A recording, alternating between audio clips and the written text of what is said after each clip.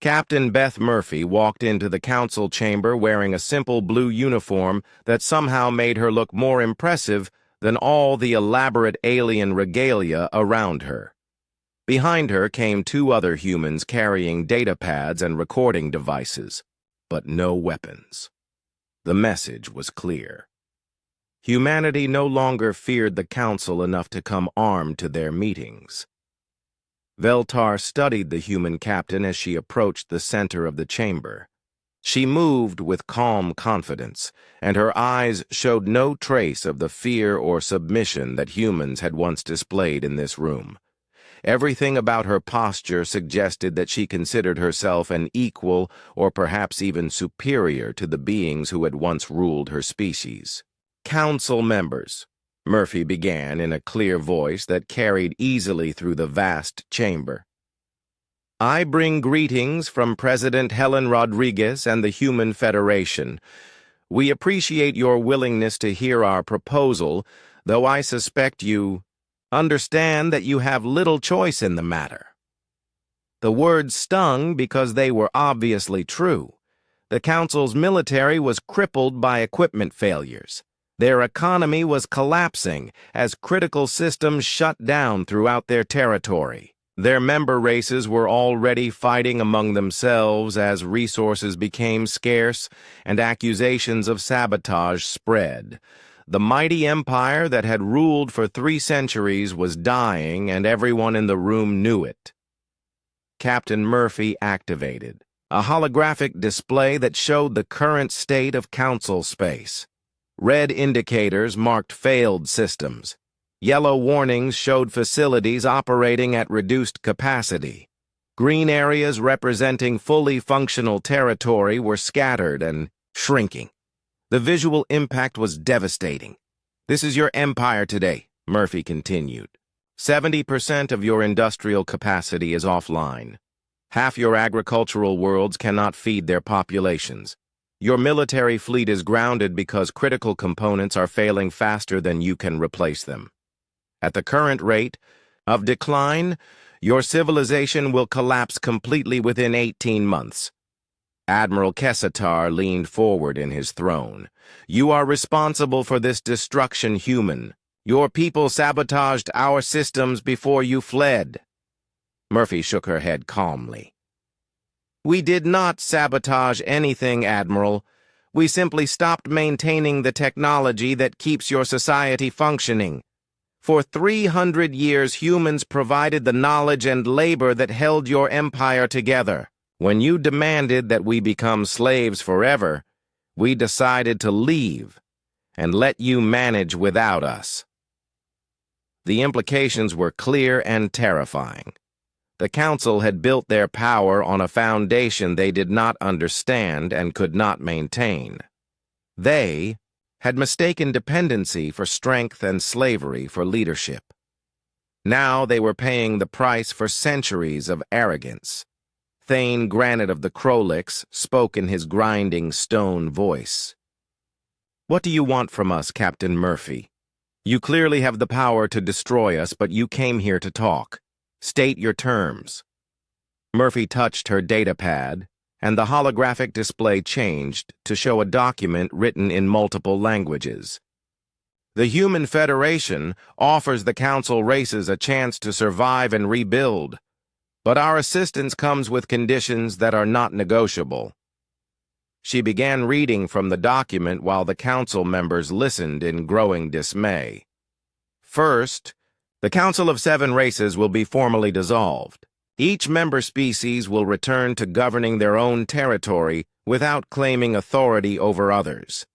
Second, all enslaved populations throughout Council space will be immediately freed and given the resources to establish independent governments. Third, any species that wishes to join the new Galactic Federation will be accepted as equals, with full voting rights and representation." Veltar felt his centuries of power slipping away with every word. "You are demanding that we give up everything we have built human, our empire, our authority, our rightful place as the dominant species in this galaxy."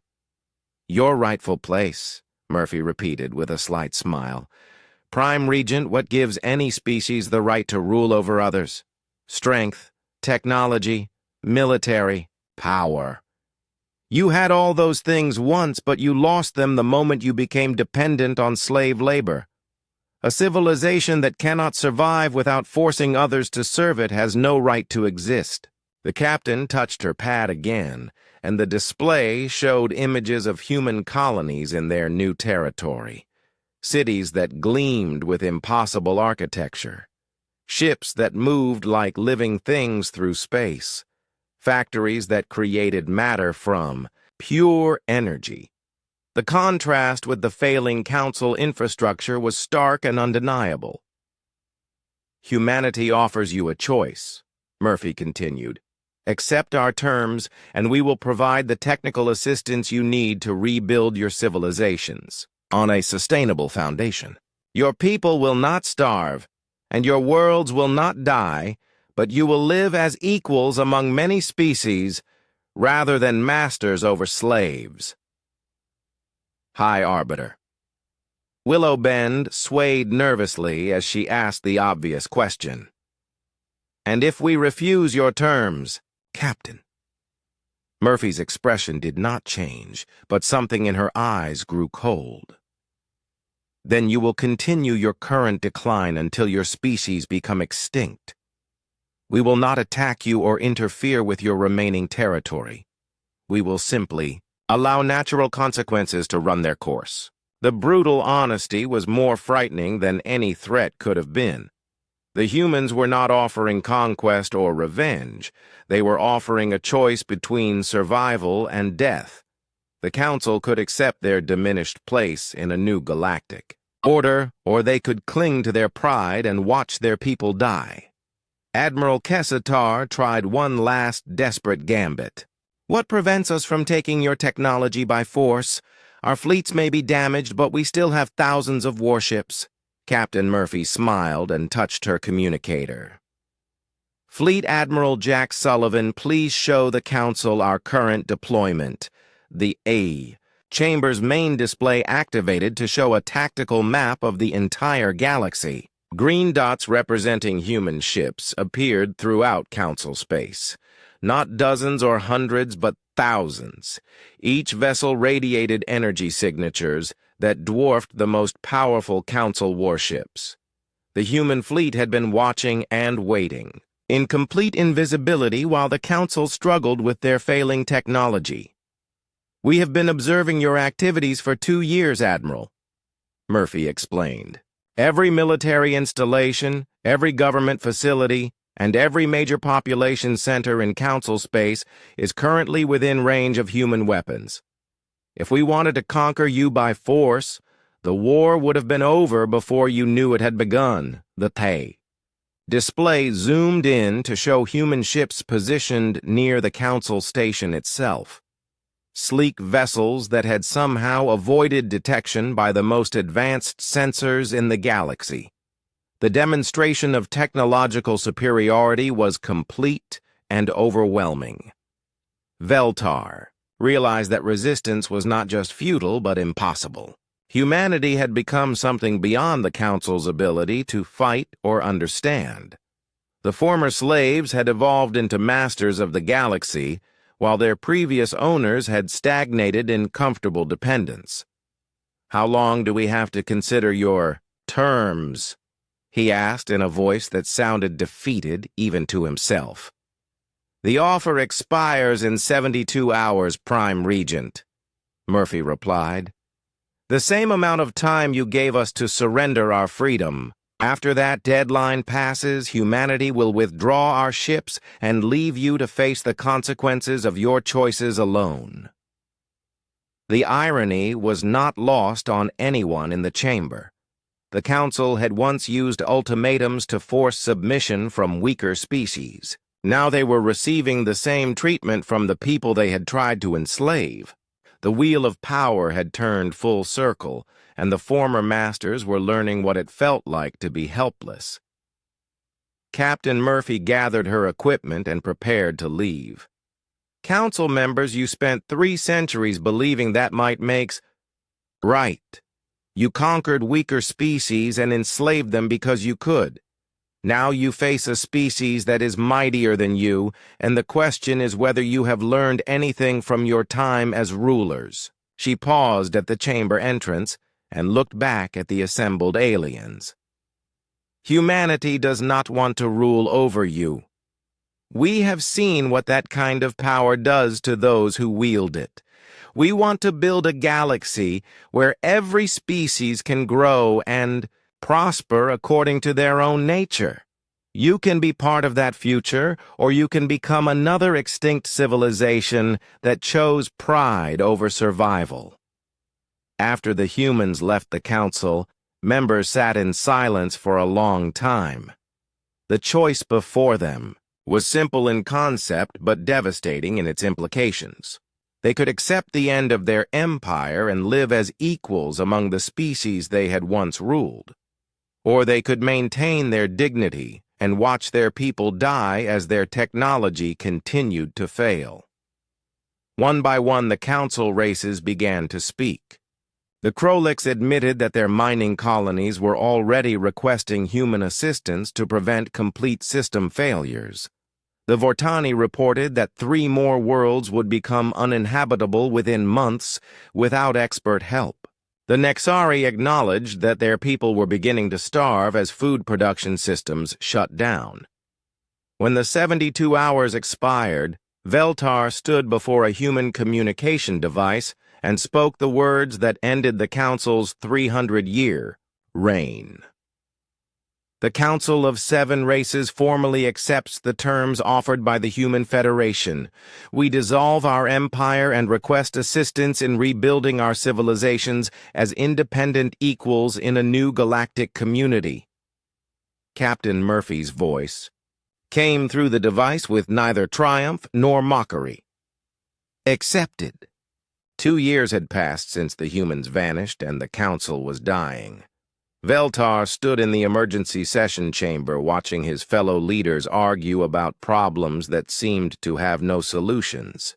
The great empire that had ruled the galaxy for 3 centuries was collapsing one system at a time, and no one understood why. The Krolix delegation reported that 70% of their mining operations had shut down completely. The Vortani terraforming projects were failing so badly that 3 worlds had become uninhabitable. The Nexari food production facilities could barely feed half their population. Even the mighty Thulvan war fleet was grounded because their ships required maintenance that no one knew how to perform. "We must accept the truth," rumbled Thane Granite of the Krolix.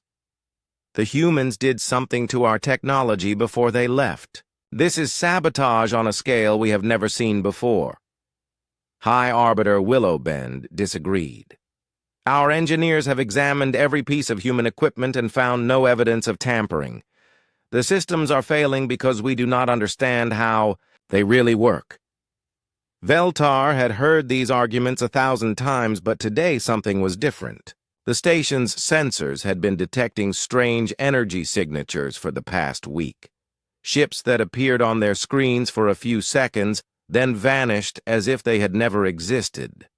The Council's best military analysts could not explain what they were seeing. Admiral Kessatar of the Thulvan fleet entered the chamber with a data pad that showed new sensor readings. "Prime Regent, we have confirmed contacts in 17 different systems. Unknown vessels using technology that does not match any known species. They appear to be watching our activities, then disappearing before we can respond." The implication sent a chill through every council member. Someone was spying on them using ships that could avoid detection by the most advanced sensors in the galaxy. The only species with that kind of technology should have been the council races themselves, but these vessels were clearly not from any member civilization. Before anyone could respond, the chamber's main display screen activated without authorization. The Council's communication officers frantically worked their controls, but could not regain control of the system. A human face appeared on the screen and spoke in clear galactic standard language. "Greetings, Council of Seven Races. I am Dr. Tony, Richard's Chief Science Officer of the Human Federation. I believe you have been wondering about the recent difficulties with your technology and the mysterious ships that have been observing your activities."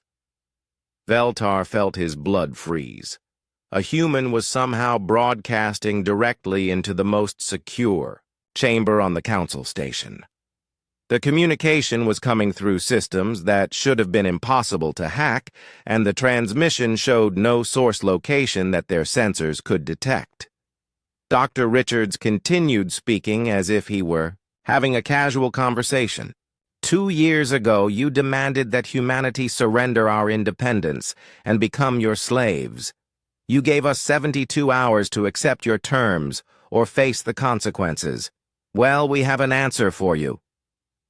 The screen changed to show images of vast space stations and shipyards that dwarfed anything the Council had ever built. Hundreds of vessels moved between the facilities, and each ship radiated energy signatures that the Council's sensors could barely measure. The technology was clearly decades ahead of anything the Council possessed. While you have been struggling with equipment failures and wondering why your empire is falling apart, we have been building a new civilization. The human colonies you thought you could claim are now the foundation of something far greater than the Council ever achieved. Admiral Kessatar studied the displayed ships with growing alarm. Those vessels are using propulsion systems that should not be possible. The energy output readings are off our measurement scales. Dr. Richards seemed to hear the comment and smiled. You are correct, Admiral. Human technology has advanced considerably. Since we left Council space, we are no longer bound by the limitations that your scientists consider absolute. We have learned to manipulate matter and energy in ways that your physics cannot explain. The transmission changed again to show the interior of one of the human facilities. Thousands of people worked at tasks that looked like magic to Council eyes. Matter was being created from pure energy. Massive structures were being built in minutes rather than years. Plants grew to full size in seconds using controlled time acceleration. You see, Council members, you made a fundamental error in your understanding of humanity. You thought we were weak because we served you willingly. You believed we were primitive because we followed your rules. But the truth is that we were studying your technology and surpassing it while you became dependent on our knowledge and labor. Veltar found his voice at last. What do you want from us, human? If you have such great power, why are you wasting time talking to us? Dr. Richards' expression became serious. What we want, Prime Regent, is very simple. We want you to understand what you have lost. 2 years ago, you controlled 1,000 star systems and ruled over billions of sentient beings. Today, your empire is collapsing and your people are dying because you never learned to be self-sufficient. The screen showed images of failed council facilities throughout their territory. Dead mining stations, abandoned colonies, ships drifting powerless in space because their crews could not repair critical systems. The decay was everywhere and getting worse every day. Every major system in Council space was maintained by human technicians. Every important facility used human-designed components. Every crucial process required human knowledge that was never fully shared with your people. You did not conquer us, Council members. You made yourselves completely dependent on us. The revelation hit the Council leaders like a physical blow. For 3 centuries, they had believed they were the masters of the galaxy, ruling over lesser species through superior technology and military might. The reality was that they had become parasites, feeding off the knowledge and labor of the races they oppressed. High Arbiter Willowbend spoke in a voice filled with despair. You are saying that we cannot survive without human help, that our entire Civilization is built on a foundation we do not understand. That is exactly what I am saying, Dr. Richards replied. Your species stopped learning and growing the moment you decided that conquest was easier than development. You have forgotten how to build, maintain, and repair the technology that keeps your people alive. The transmission changed once more to show a single human ship approaching the council station. The vessel was sleek and beautiful with lines that seemed to flow like liquid metal. As it moved closer, the station's sensors registered energy readings that should have been impossible for a ship of that size. Captain Beth Murphy of the exploration vessel Phantom's Edge is requesting permission to dock with your station. She has a proposal that might interest you. Admiral Kessitar checked his tactical displays and confirmed what everyone could see. The human ship had approached completely undetected and was now holding position just outside the station's defensive perimeter. None of their weapons were locked onto the target because their targeting systems could not maintain a steady lock on the vessel. "How is that ship avoiding our sensors?" Kessitar demanded. Dr. Richards smiled again. "The same way our people avoided your detection when they evacuated from Council Space Captain. We have learned to manipulate space and time in ways that make your sensors useless. That ship could destroy your station before your weapons could. Fire a single shot, but Captain Murphy is here to talk, not fight." The council members looked at each other with growing panic. If the humans could approach their most heavily defended facility without being detected, then nowhere in council space was safe. The balance of power had shifted completely, and the former slaves were now the masters. "What does Captain Murphy want to discuss?" Veltar asked. "The future of this galaxy, Prime Regent. You see, we humans have a choice to make. We can let your civilization continue its slow collapse until your people die off naturally. Or we can offer you a chance to survive and rebuild on terms that ensure you will never again enslave another species." The offer hung in the air like a sword over the council's heads. They had gone from delivering ultimatums to receiving them in just 2 years. The humans who had once served them were now in a position to decide whether the council races lived or died. Captain Murphy's voice came through the communication system as her ship docked with the station. "Council members, I am coming aboard to present humanity's terms. I suggest you listen carefully, because this will be your only opportunity to avoid the complete destruction of everything you have built." Veltar realized that the age of council dominance was over. The humans had not just escaped their slavery, they had become something far more powerful than their former masters ever imagined possible. The question now was whether the council would accept their new place in a galaxy where humans made the rules. 6 months had passed since the humans disappeared, and Veltar was beginning to understand that something had gone very wrong. The Zephyrian leader stood in his private chambers aboard the council station, staring at reports that made no sense. Every human colony world showed the same impossible pattern. Perfect infrastructure, but no people. Working machines, but no operators. Fresh food rotting in abandoned cafeterias. His aide, Crix Tau, entered with another data pad full of disturbing news. "Prime Regent, the survey teams from New Detroit have reported complete system failures in the industrial complex. The automated factory shut down 3 days ago, and our engineers cannot restart them." Veltar turned from the window where he had been watching ships come and go from the station docks. "What do you mean they cannot restart them, Crixtal?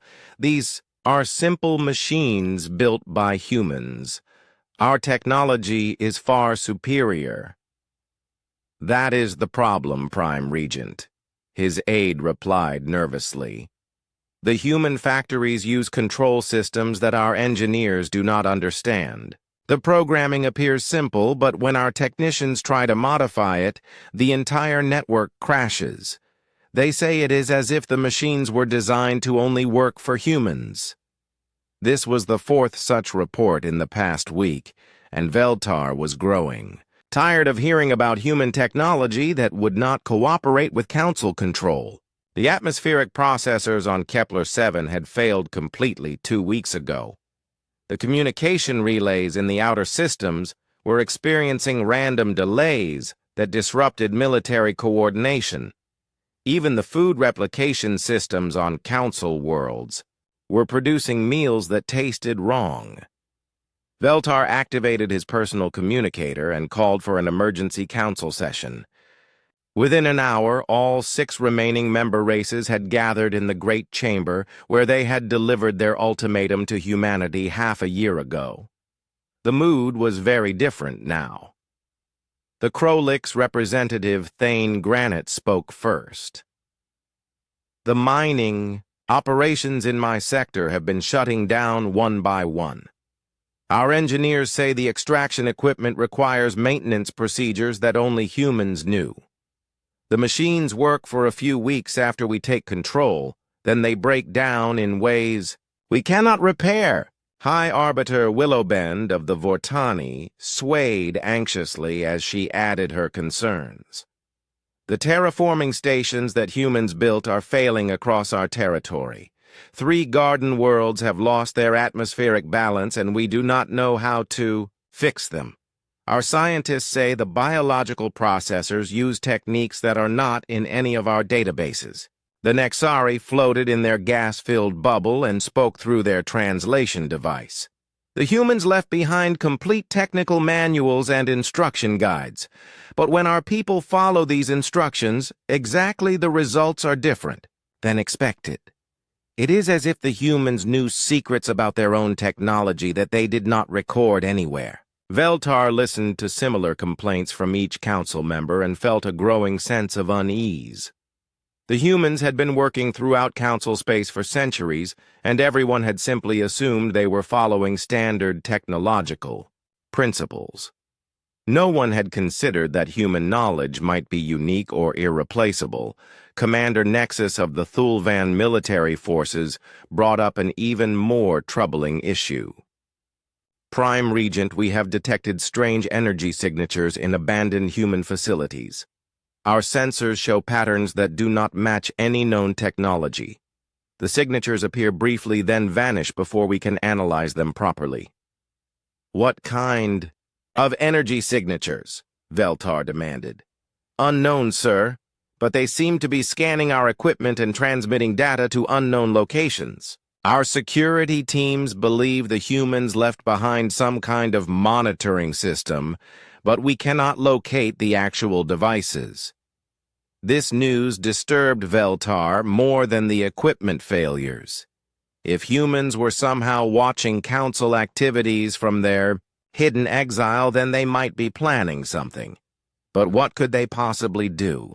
The council controlled the most powerful military in the galaxy, and humanity had fled without taking any of their weapons. Meanwhile, in the hidden depths of space, Agent Nick Barnes continued his work as a maintenance technician on the council station itself. The human spy had been in place for over a year, and his alien disguise was perfect. Council security had no idea that one of their most trusted workers was actually gathering intelligence for Admiral Hudson. Barnes moved through the station's service tunnels, installing microscopic monitoring devices and making subtle adjustments to critical systems. He was not sabotaging anything. His orders were simply to ensure that council technology would require increasingly frequent maintenance, and that minor problems would gradually become major ones. The spy paused at a junction box that controlled the station's primary communication array. The Zephyrians had been complaining about transmission delays, but they blamed the problems on interference from the neutron star.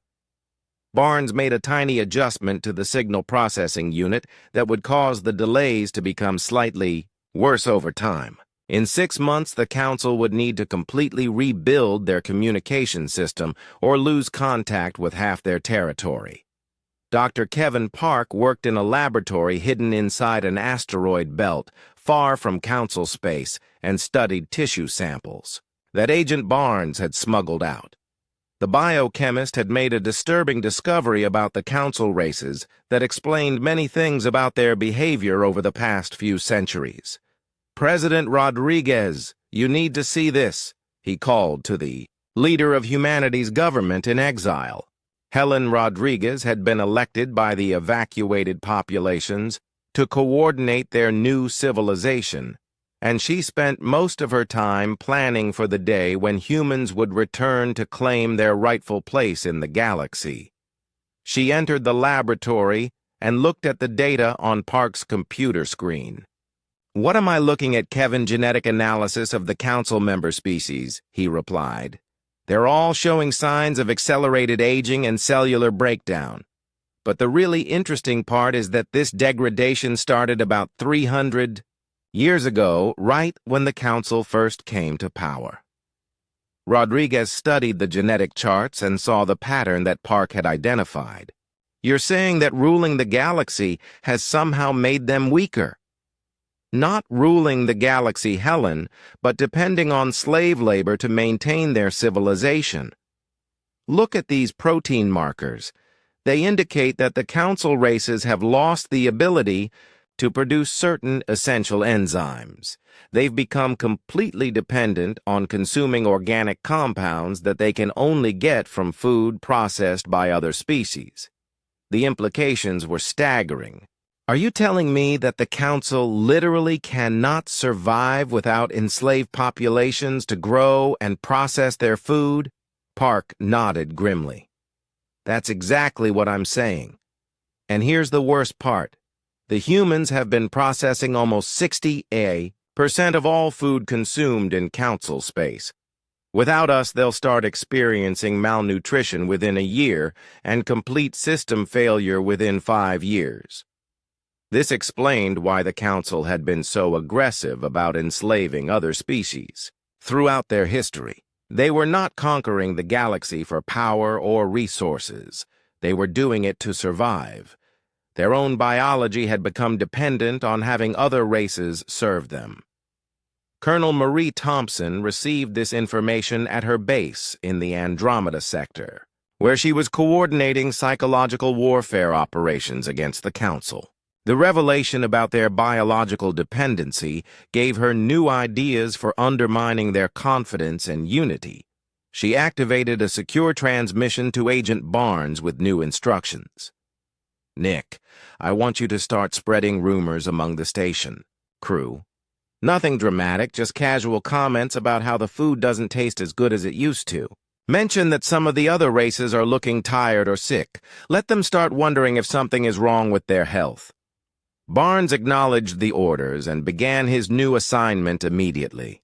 Within days, worried conversations were spreading through the Council station about declining food quality and unexplained fatigue among the crew.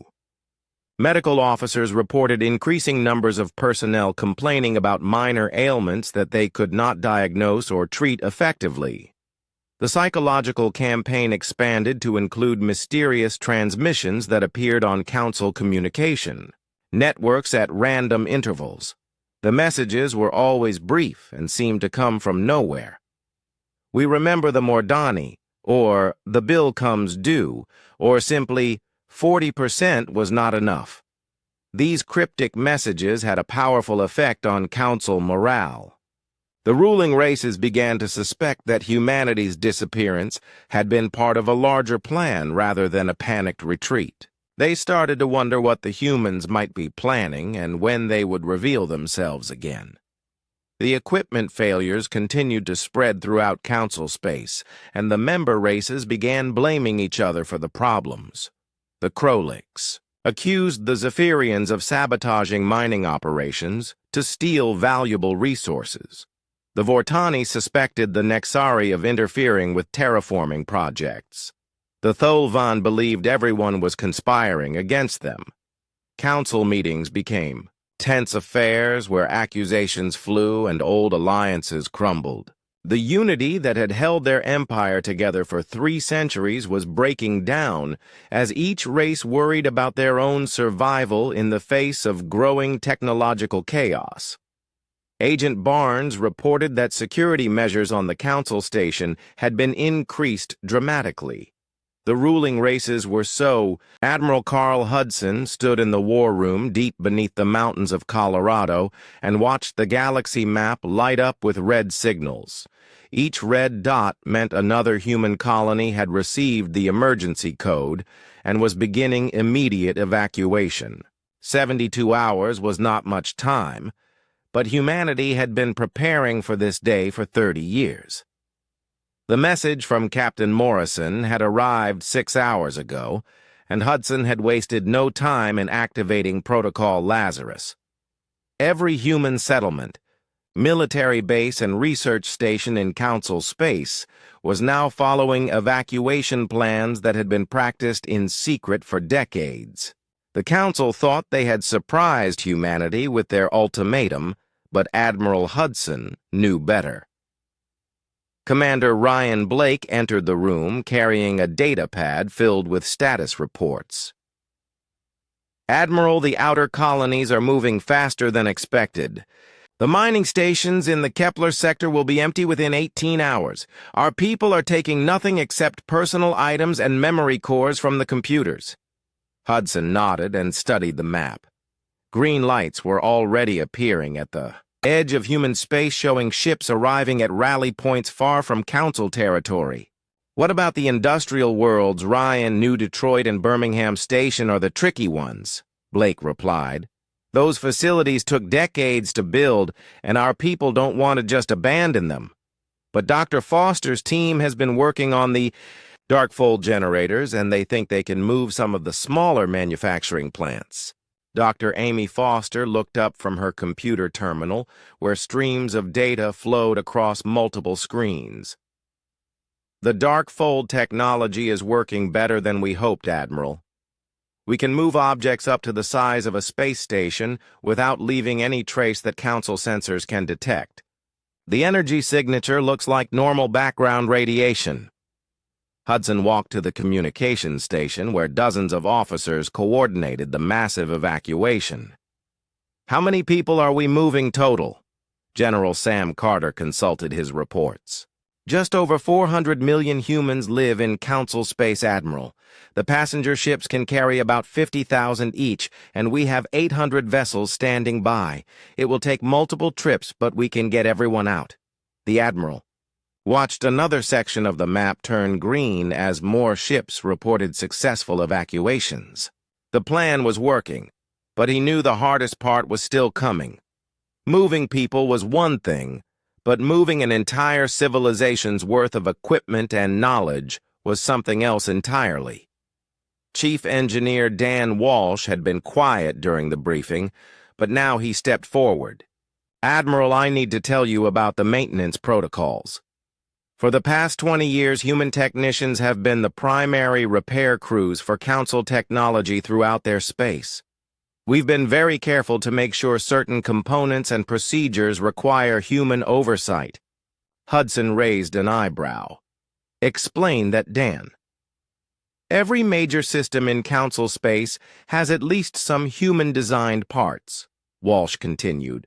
Life support systems on their planets use human-built atmospheric processors. Their communication networks run through human-programmed relay stations. Even their food production facilities have human technicians maintaining the biochemical processors. The implications were starting to become clear to everyone in the room. Dr. Foster spoke first. You're saying that when we leave Council space, their technology will start failing? Walsh nodded. Not immediately, but within 6 months they'll start having serious problems. We never sabotaged anything, but we did make sure they became dependent on human knowledge and human maintenance schedules. Without us, their advanced civilization will slowly break down. Commander Blake smiled grimly. The Council thinks we're just useful servants, but we've actually been holding their entire society together. The evacuation continued through the night and into the next day. Human colonies that had existed for generations were abandoned in hours. Mining facilities that had taken years to build were left empty with all the lights still on. Trade stations were evacuated so quickly that alien customers arrived to find human shops closed and no one around to explain why. On the mining world of Kepler-7, the last human transport lifted off just as the 72-hour deadline expired. The automated mining equipment continued working, but there were no humans left to supervise the operations or maintain the complex machinery. Within days, the entire facility would shut down from system failures. The same pattern repeated across council space. Human settlements became ghost towns overnight. Orbital platforms continued broadcasting their identification signals, but no one answered when council ships tried to make contact. It was as if 400 million humans had simply vanished from the galaxy. The council's first response was celebration. On the council station, Veltar announced to the other races that humanity had clearly been frightened into submission by their ultimatum. The empty human colonies would be easy to claim, and their abandoned technology would be useful for council projects. But as the days passed, the celebration turned to confusion. Council survey teams found human facilities in perfect condition, but completely deserted. Food was still fresh in refrigerators. Computer systems were running normally. Personal belongings had been left behind. It looked like the humans had just stepped out for a few minutes and planned to return soon. The confusion grew when council technicians tried to access human computer systems and found that all the data had been carefully erased, not destroyed, or damaged but cleanly removed as if someone had taken the time to properly shut down every system. The humans had not fled in panic. They had left according to a plan. Meanwhile, at the secret human rally points beyond council space, the evacuated populations were already beginning to adapt to their new circumstances. The hidden research facilities that humanity had been building for decades were finally revealed. Advanced shipyards that had been concealed in asteroid fields and nebulae began producing vessels with technology the Council had never seen. Dr. Foster's dark fold generators allowed human ships to travel vast distances without using the hyperspace lanes that the Council monitored. Human colonies began appearing in previously unexplored regions of the galaxy where Council sensors could not detect them. Admiral Hudson established his new headquarters on a massive space station hidden in the gravity shadow of a black hole. From there, he could coordinate humanity's next phase without any risk of Council detection. The station had been under construction in secret for 15 years and was larger than anything humanity had ever built in Council space. The Admiral stood on the command bridge and watched reports coming in from human settlements across their new territory. "Ryan, how many Council agents do we still have in place?" Commander Blake checked his secure communications. "Agent Nick Barnes is still working on the Council station posing as a maintenance technician. He reports that Council systems are already showing minor failures. The Zephyrians are blaming the Krolix for sabotage, and the Krolix think the Vortani are responsible." "Good," Hudson replied. "Let them suspect each other while their civilization slowly falls apart. How long before the major systems start failing?" Dan Chief Engineer Walsh consulted his calculations. "The atmospheric processors will last about 4 months, Admiral. The communication relays will start having problems in 6 weeks. Food production will begin declining within a month. They'll have plenty of warning that something is wrong, but they won't understand what's happening until it's too late to fix it." Dr. Foster joined them at the tactical display. "Admiral, I have a proposal for the next phase. We could begin sending ghost signals through Council space. Nothing threatening, just mysterious transmissions that appear and disappear before their sensors can track them. It would add to their growing paranoia. Hudson considered this. What kind of messages, Amy? Simple things, she replied. Coordinates of abandoned human colonies, historical records of species the Council destroyed, maybe some images of what Earth looked like before we left. Nothing that reveals our location, but enough to make them wonder what we're planning. The Admiral approved the psychological warfare campaign, and within weeks, mysterious transmissions began appearing throughout Council space. The messages were always brief and impossible to trace, but they had a powerful effect on Council morale. The ruling races began to realize that humanity's departure might not have been the surrender they had expected. On distant Earth, the last human government officials prepared to follow their people into exile.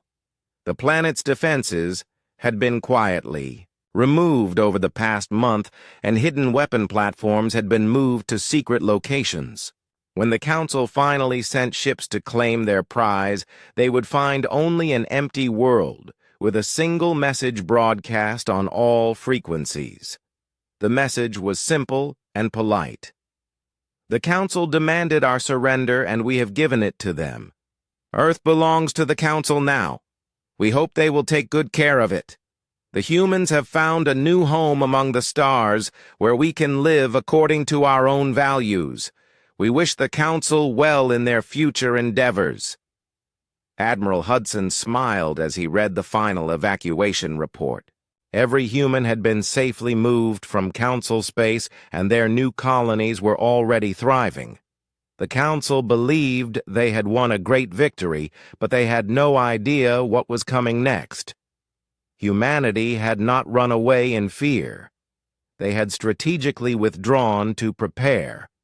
Captain Jake Morrison stood in the massive hall of the Council station and felt very small. The building stretched up so high that he could not see the ceiling through the floating lights and strange machines that hung in the air above him. 7 thrones sat in a circle around the center of the room where he waited. Each throne was built for a different kind of alien being, and each one was bigger than his entire ship back home. The Zephyrians sat in the largest throne. They looked like giant birds with silver feathers and eyes that never blinked. Their leader, Veltar, had been talking for almost an hour about how great the Council was and how humans should feel lucky to serve them.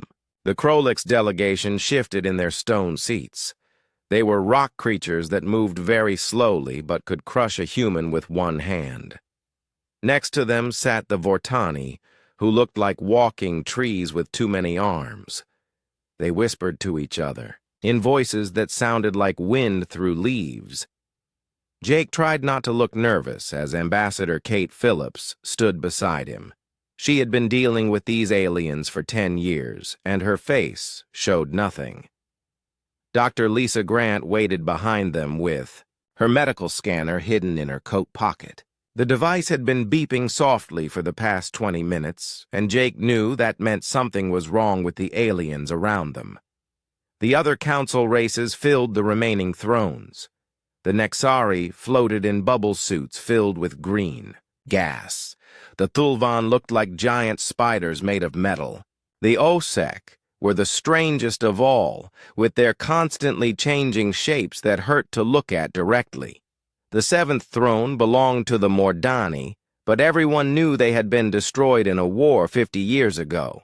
The Council kept the empty throne as a warning to anyone who might challenge them. Veltar finally stopped talking about Council history and looked down at the 3 humans. When he spoke, his voice came through a machine that made it sound like thunder. Humans of Earth, you have heard the greatness of our civilization. You have seen the power we control across 1,000 star systems. You know that we have ruled this galaxy for 300 years without challenge. Now you will hear what the Council demands from your weak and scattered people. Jake felt his hands clench into fists, but he kept them at his sides. Kate had warned him that showing anger would only make things worse. The humans needed to hear what the council wanted before they could decide what to do next. The Krolyk's leader spoke in a voice like grinding stone. Your military ships will be surrendered to us immediately. Every warship, every fighter craft, and every armed station will belong to the council. Your weapons technology will be given to our scientists. You will build no more ships that can fight. The Vortani swayed as their speaker continued. 40% of your population will come to work in our systems. They will serve for 1,000 of your years. They will build our cities, mine our worlds, and maintain our machines. In return, we will allow the rest of your people to live on Earth under our protection. Jake felt sick. 1,000 years of slavery for almost half of humanity. The Council was asking for something that would destroy everything humans had built. But Veltar was not finished. Your genetic code will be changed to make you better servants. We will remove the parts of your nature that make you violent and unpredictable. You will be happier as our workers when you no longer feel the need to fight or explore or ask questions about things that do not concern you. Dr. Grant made a small sound behind him. Jake knew she was thinking about what genetic modification would mean. The Council wanted to turn humans into a completely different species. They wanted to take away everything that made humans human. The Nexari spoke from inside their gas bubble. These are not requests, human creatures. These are commands from your superiors. You have 72 of your standard hours to agree to our terms. If you refuse, we will take what we want by force, and the process will be much less pleasant for your people. Kate stepped forward and bowed slightly. The Council honors us with their attention. We request permission to return to Earth and discuss these terms with our leaders. 72 hours is a very short time to make such important decisions. Veltar made a sound that might have been laughter. Your leaders do not matter, small human. You speak for your entire species now. We know that Earth has less than 200 warships. We know your colonies are spread thin across 30 systems. We know you have no allies who would dare to challenge the Council. You cannot fight us, and you cannot run from us. Accept our generous offer, and your people will have good lives as our servants. Jake wanted to tell the alien exactly what humans thought of their generous offer, but Kate touched his arm in warning. She knew as well as he did that showing defiance now would only bring the Council's anger down on Earth faster.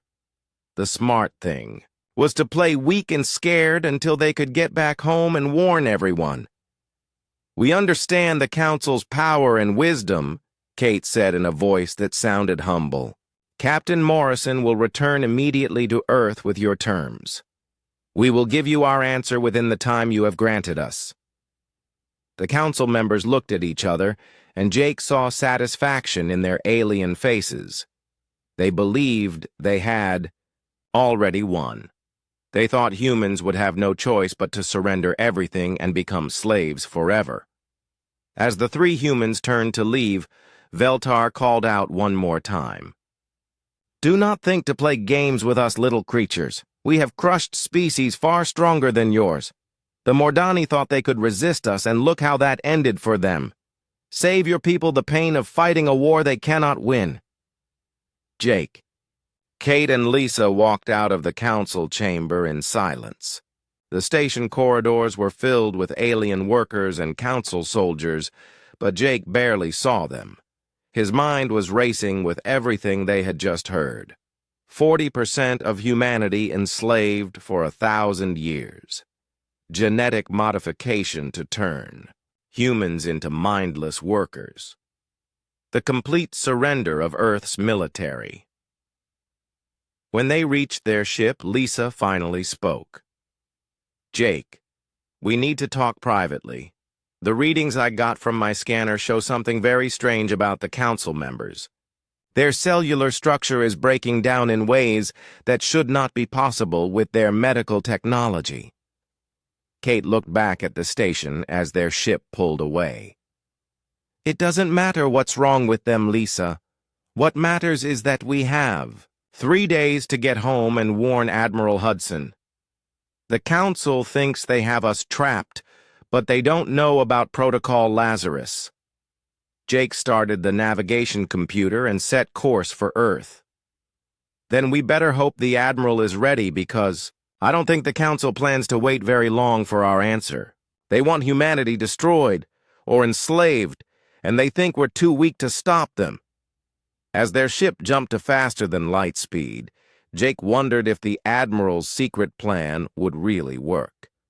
The Council controlled 1,000 star systems and had been ruling the galaxy for 3 centuries.